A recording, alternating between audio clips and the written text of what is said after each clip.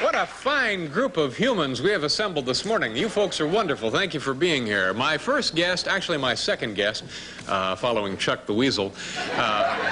My next guest has been described as both controversial and unpredictable. Please welcome the host of NBC's Tomorrow Show, Mr. Tom Snyder.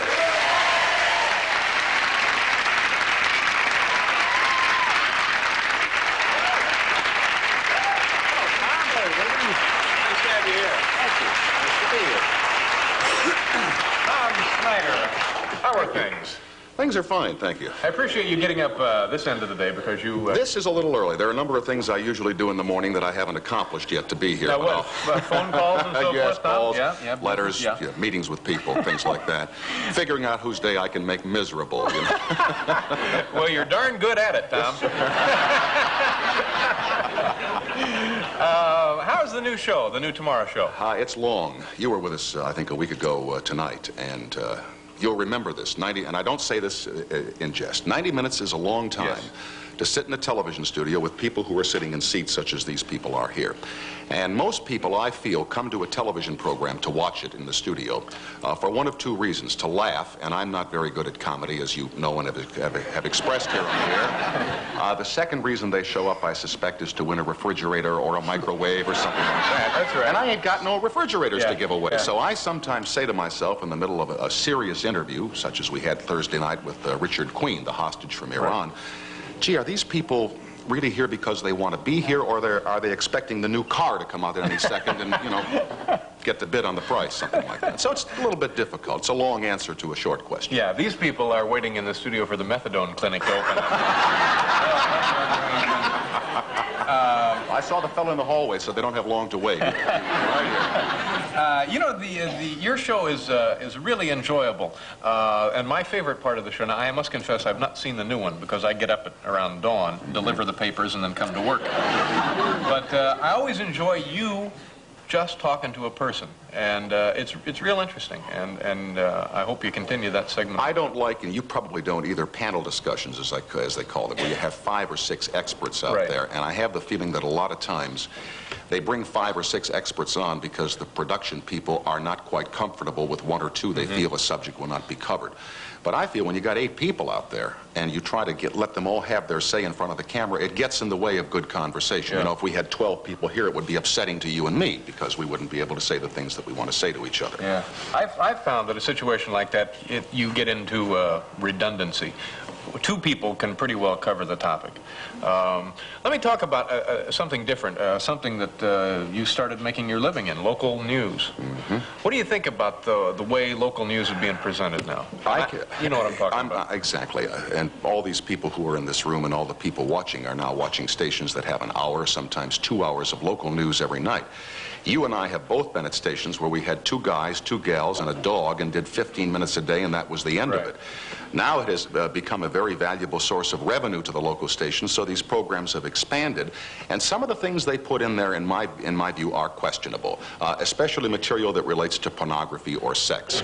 A lot of times you'll see an ad, "Tonight on the news, the new child molesters." And when you see that ad, you know it's ratings time. Please watch to get more ratings. I'm a little disturbed by that. Why is she making pictures of us back there? Probably our last appearance together, huh? Well, it could be one of our last appearances. Are you busy tonight? You know, my schedule has opened up considerably.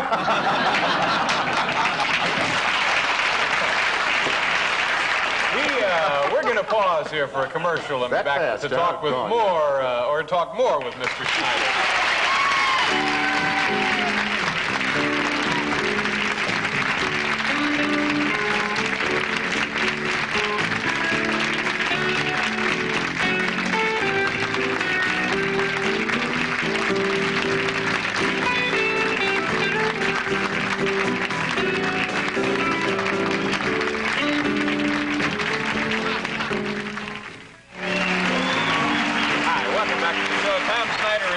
Morning. Howard Hughes. You mentioned Howard Hughes. Well, to I me. told him in the break, we had a gentleman in on Thursday night named Melvin Dumar. Melvin Dumar was the man who in 1968 supposedly found Howard Hughes lying on his face, laying on his face, prone on his face in the deserts of Nevada, put him in the car and took him back to his apartment at the Sands Hotel. Dumar ran the gasoline station in Utah at which the will Howard Hughes left behind turned up following his death in 1976. And you know there was a great big court battle involved to test the validity of that will. So now Thursday night in comes Melvin Dumar with the attorney that fought to establish the validity of the will. And we're talking about things, and the attorney says of Melvin Dumar, gas station attendant, he said, now, if this guy hadn't perjured himself, if this guy hadn't lied on the stand and told so many different stories about the Howard Hughes will, it would have been declared valid, and Melvin Dumar would have inherited 1/16 of all the money Howard Hughes left, about $175 to $200 million, okay? So now he's talking about this guy lied and this guy perjured himself, and I look over at Dumar and tears are coming down this guy's face, okay? I said, why are you crying? And he says, well, Mr. Hughes was such a wonderful man, and I loved him so much, and he loved me so much. And I said, well, is possibly the reason you're crying is it's just dawned on you that you've blown $200 million, you know, and you're now selling frozen tuna in Utah for $300 a week. What a terrible moment it was for that poor man to realize Gonski, you know, all over. See, that's a great bit of TV, though. And as for the gas station which he owned, they built a freeway 3 miles west, and that's gone too. So he's had a tough go. This is a man. His go was so tough that he divorced his wife, spent a night with her, she got pregnant, and he had to marry her again. It's been a very, very tough go for this man. Little odds and ends you pick up in late night television. Let me ask you about. You mentioned a wife. Let me ask you about your family. Well, I've watched your show since it first came on the air. I can quote back to you some of the early things that you did on the Tomorrow Show, but I really don't recall you ever much discussing a family or your family or...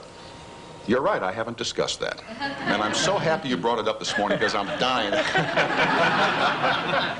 No, like many people in this country, I'm a divorced person. Like many people, I have a daughter or a son that I see. In this case, it's not a daughter or a son, it's a daughter. And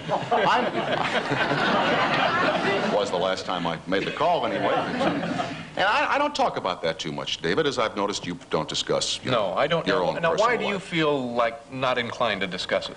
Because I don't think it's interesting. I don't think people really much want to, you know, waste valuable network watching time hearing me tell about my family, just as they don't want to waste valuable network watching time hearing you talk about your family. Yeah. It's basically boring. It's the same old thing. More coffee, honey? No thanks. I'll just get an apartment in town. It's very, very simple. What do you want to do now? When I grow up, yeah. You know, I wanted to compliment you on a show you did. Prime Time was the name of the show, and there was a piece on there about the auditions for The Little Girl and Annie. I thought that was a wonderful piece. Nice little story, wasn't it? Very nice. Several people here saw it, too. But you're not doing that show anymore. You're doing the Tomorrow Show. That's it, basically. Now, what other things would you want to do? I think basically that's it. That's 90 minutes a night, 4 nights a week. It's a curious thing. All my life, people who view what we do, the press, people in the building, your colleagues, they always have it in their head that there's something more that people like you and I should do. When I was doing the local news here in New York and the Tomorrow Show, you know, 10 hours of television a week, they said, well, now, you know, you really ought to be doing something more. And now I'm doing the Tomorrow Show, and they say, well, you know, what do you really want to do? I know. I mean, this is my hard one. I am very comfortable doing late-night television. I enjoy it a great deal. It's been on the network now for 7 years. There ain't too many people that have been fortunate enough to have a show that has lasted that long. And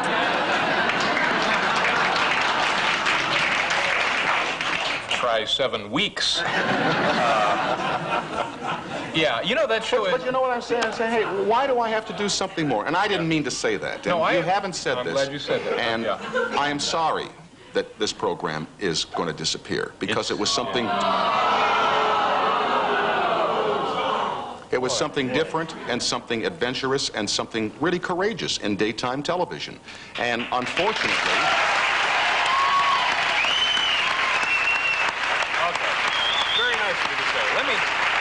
Very nice of you.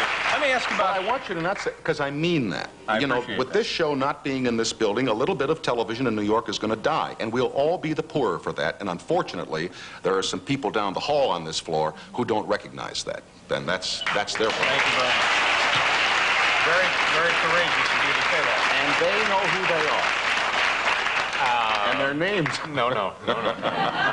Now, let me ask you about Rona Barrett. How do you get along with Rona Barrett? I get along with her real well. She's coming on to be your West Coast anchor, right? Yeah. Correspondent on the 27th of October. I've known Rona for a long time. She's done reports on you, on me, and she's always been very fair.